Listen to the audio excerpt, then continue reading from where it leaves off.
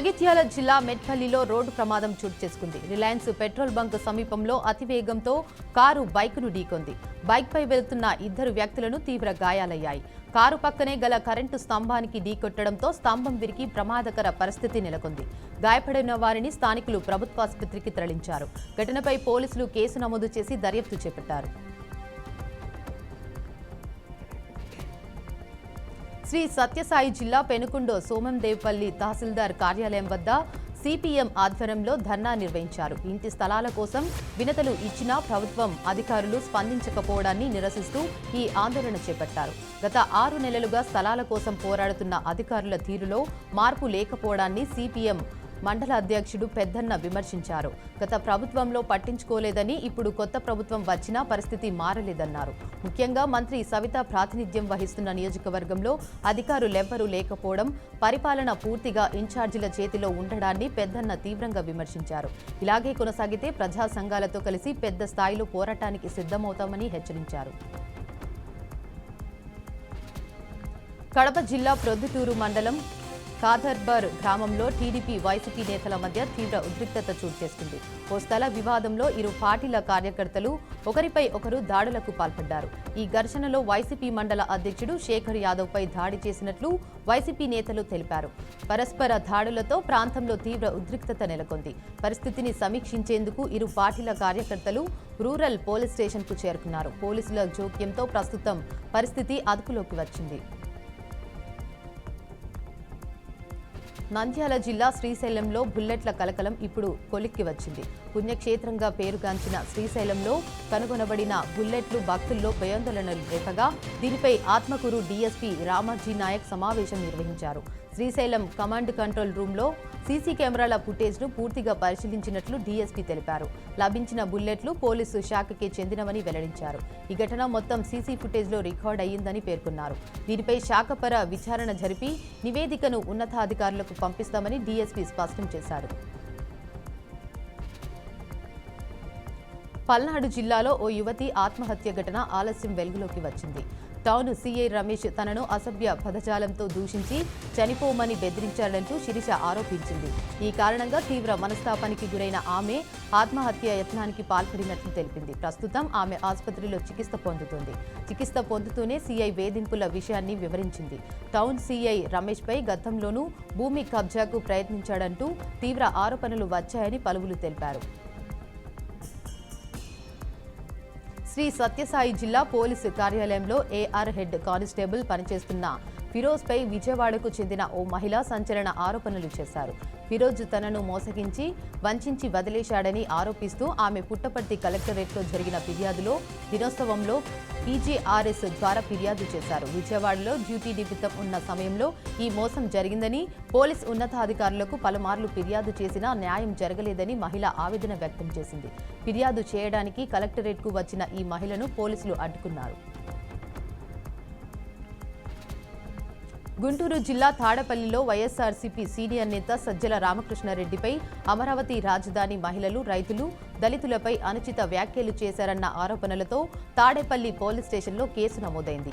Andhra Pradesh Madiga corporation director మరియు TDP మహిళా నేత కంభంపాటి శిరీష ఫిర్యాదు మేరకు ఈ కేసు నమోదు చేయగా భారత న్యాయ సంహిత పలు సెక్షన్ల కింద చర్యలు తీసుకున్నారు.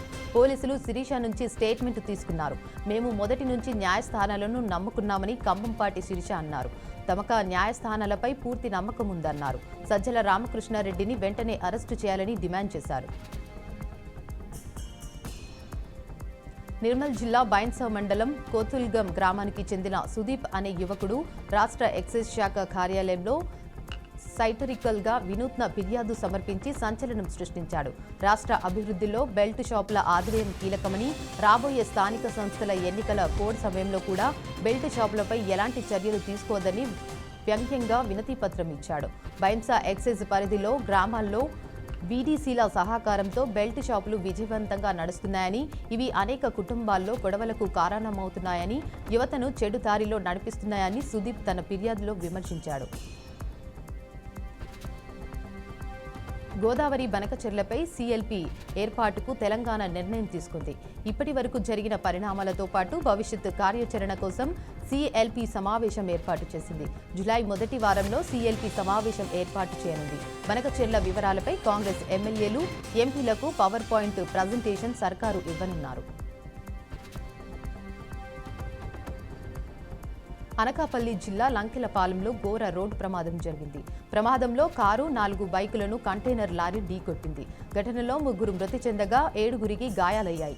గాయపడిన వారిని అగనంగపూడిలోని ఎన్టీఆర్ హాస్పిటల్కు తరలించారు స్థానికులు. సమాచారం అందుకున్న పోలీసులు ఘటనా స్థలానికి చేరుకున్నారు. మృతదేహాలని పోస్టుమార్టం నిమిత్తం ఆసుపత్రికి తరలించారు. కేసు నమోదు చేసుకున్న పోలీసులు ప్రమాద కారణాలపై దర్యాప్తు చేస్తున్నారు. ఢిల్లీలో భారీ అగ్ని ప్రమాదం జరిగింది. మోతీనగర్లో ఓ ఫంక్షన్ హాల్లో భారీగా మంటలు చెలరేగాయి. సమాచారం అందుకున్న అగ్నిమాపక సిబ్బంది ఘటనా స్థలానికి చేరుకున్నారు. 18 ఫైర్ ఇంజిన్లతో మంటలను అదుపు చేస్తున్నారు. ఖతార్లోని భారతీయులకు ఎంబసీ సూచనలు చేసింది. ఇళ్లల్లోనే ఉండాలని సూచించిన పలు ఆదేశాలు జారీ చేసింది. ఖతార్ అధికారులు అందించే స్థానిక వార్తలతో పాటు మార్గదర్శకాలను పాటించాలని ఎంబసీ పేర్కొంది. సోషల్ మీడియా ద్వారా అప్డేట్స్ ఇస్తామని భారత ఎంబసీ వెల్లడించింది. ఇరాన్పై అమెరికా దాడితో పశ్చిమాసియాలో ఉద్రిక్తతలు మరింత పెరిగాయి. ఇజ్రాయెల్కు మద్దతుగా ఇరాన్లోని 3 అణు కేంద్రాలు లక్ష్యంగా బంకర్ బస్టర్ బాంబులతో అమెరికా విరుచుకుపడింది.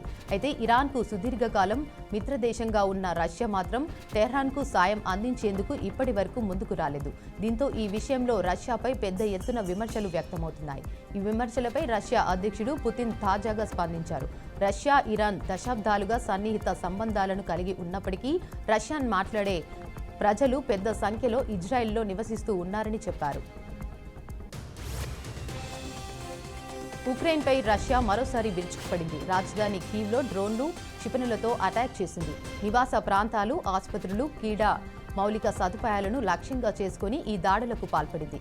ఈ ఘటనలో 9 మంది ప్రాణాలు కోల్పోగా డజనుకు పైగా ప్రజలు గాయపడ్డారు. మొత్తం 352 డ్రోన్లు రష్యా ప్రయోగించిందని ఉక్రెయిన్ ప్రామాణిక ధైర్యం తెలిపింది. అలాగే 11 బాలిస్టిక్ క్షిపణులు, 5 క్రూయిజ్ క్షిపణులతోనూ దాడి చేసిందని పేర్కొంది. అయితే 339 డ్రోన్లు, 15 క్షిపణులు తమ దళాలు అడ్డుకున్నాయని వెల్లడించింది.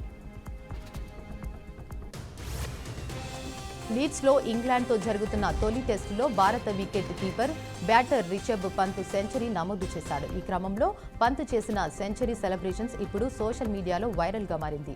ఇదే టెస్టు తొలి ఇన్నింగ్స్లో శతకం సాధించిన తర్వాత పంత్ సోమర్సాల్ట్ చేశాడు. రెండో ఇన్నింగ్స్లో సెంచరీ తర్వాత కూడా అలానే చేస్తాడేమో అనుకున్నారంతా. గ్లవ్, హెల్మెట్ తీసి రెడీ అయ్యేలా కనిపించాడు.